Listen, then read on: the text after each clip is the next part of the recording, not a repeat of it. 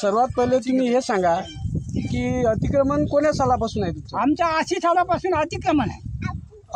ही जी जागा आहे ही E class आहे, एफ क्लास आहे, कोणत्या प्रकारची ही जागा आहे? जमीन ई क्लास आहे, महसूल खात्याची।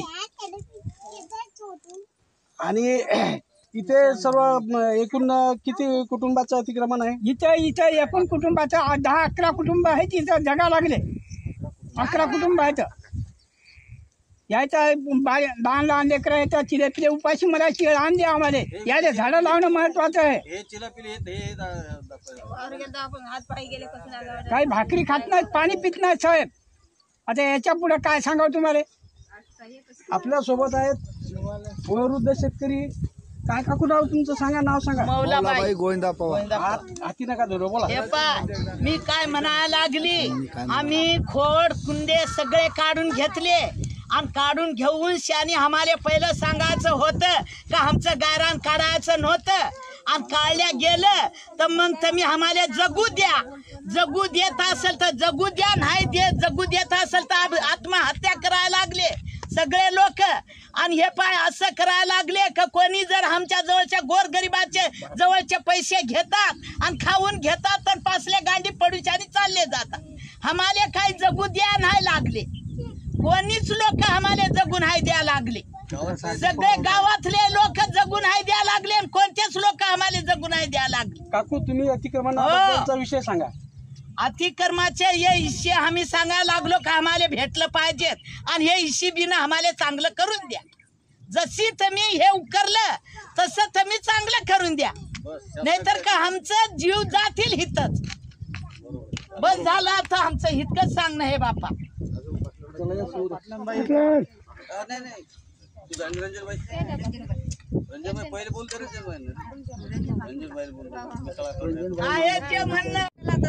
राहणार आमखेडा गावचे नाते लढून 1 वर्षापासून आम्ही काढलं अतिक्रमण। 4-5 लेकर आहेत, मग पोरं हाताला फोटो नाही तर आम्हाला पर्याय नाही, आमच्यापाशी शेती नाही काय नाही। आम्ही भूमिहीन आहो साहेब, आम्ही जगाव कशा मारता। माझा नवरा मेला, मला पोरं भाकरी घालत नाही तर मी सांगू का? मी आता किती वर्षात आम्ही जगायला लागलो, 30-40 वर्ष झाले जगायला लागलो। आम्हाला मला काय लेणं नाहीत, कोणतं ABC का काही म्हणतात ते तसं नाही। मी साधी बाई आहे, माझा नवरा मेल्यापासून आम्ही जगा लागलो। मा पोरं भाकर नाही घालत, तर माझ्या नवऱ्याच्या आधीपासून 25 सालापासून आम्ही पेरायला लागलो।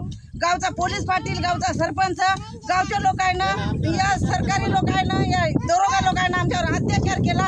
आम्हाला पर्याय सांगा, आम्ही आता इथं आत्महत्या करतो, याच्या बसता आम्हाला येत नाही।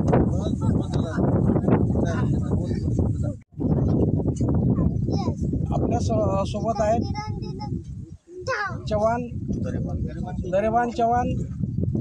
ही इथले अतिक्रमणधारक शेतकरी आहेत, त्यांच्याकडून जाणून घेऊ आपण काय काय प्रक्रिया झाली, कधी अतिक्रमणाची ही प्रक्रिया सुरू झाली आणि त्याच्यानंतर काय काय कुठल्या कुठल्या पद्धतीचे निवेदन वगैरे काय काय देण्यात आले हे जाणून घेऊ आपण त्यांच्याकडून।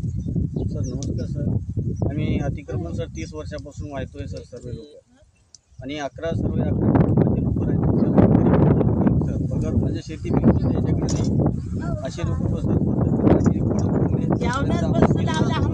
तकलीफ झाली नाही सर। तर आता सर यावर्षी काय झालं, एकदम शासनानं नोट दिली देताना न आम्हाला कमवताना सर्व लोकांनी राज्यानं पैसे मशीन आणून हे आमचं उद्ध्वस्त करून टाकलं सर या लोकांनी। तर निवेदन कुठं कुठं दिले? निवेदन सर आम्ही अमरावतीला गेलो सर, अमरावतीला निवेदन दिलं आणि कलेक्टरला निवेदन दिलं सर, वाशिमला दिलं आणि मालेगाव सुद्धा दिलं सर। आणि त्याच्यानंतर कुठल्या कुठल्या तुम्हाला जे सामाजिक संघटना आहेत त्याच्यामध्ये काम करतात, त्या सामाजिक संघटनेनं कुठल्या कुठल्या तुम्हाला सपोर्ट पाठिंबा दिला आहे सर? त्याचं थोडंफार चालू आहे सर सपोर्ट। आणि ते विचारे सांगतात पण शासन ऐकत नाही, आम्ही काहीतरी विचार करू म्हणत, काही संघटनेत मोर्चा वगैरे काढू म्हणत, असं त्याचं आश्वासन आमच्यापर्यंत या लागले सर। तर आम्हाला दुसरा काहीच पर्याय नाही सर। आता आम्ही बी भरणं केले, हे सर्व झालेले आमचं, आता काहीच दुसरा पर्याय राहिला नाही आमच्या लोकांना।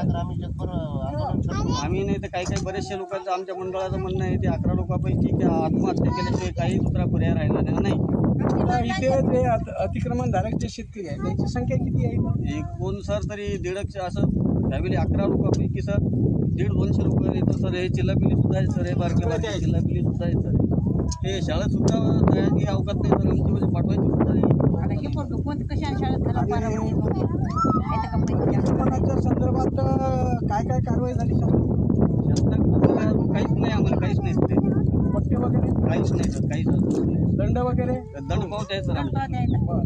तर दंड पावत्या कोणाकोणाकडे येतात किती लोकांकडे येतात सर्वच लोकांकडे असतील सर. काही काही लोक जे आहेत बाहेर गावाला जातात, कोणाचे लेकरं फाडून टाकतात सर. काही काही लोकांच्या गळातलेले आहेत, काही काही लोकांचे आहेत आमच्याकडे. बरं. आणि ते कसं जर आमची राहायची व्यवस्था नाही, घरात करून आम्हाला 4-6 महिने बाहेर गावाला जातो. अधिक कामं रोज मग नारायणगाव, कोणी पुण्याला जाते, कोणी नारायणगाव जाते, अशी कामं करतो.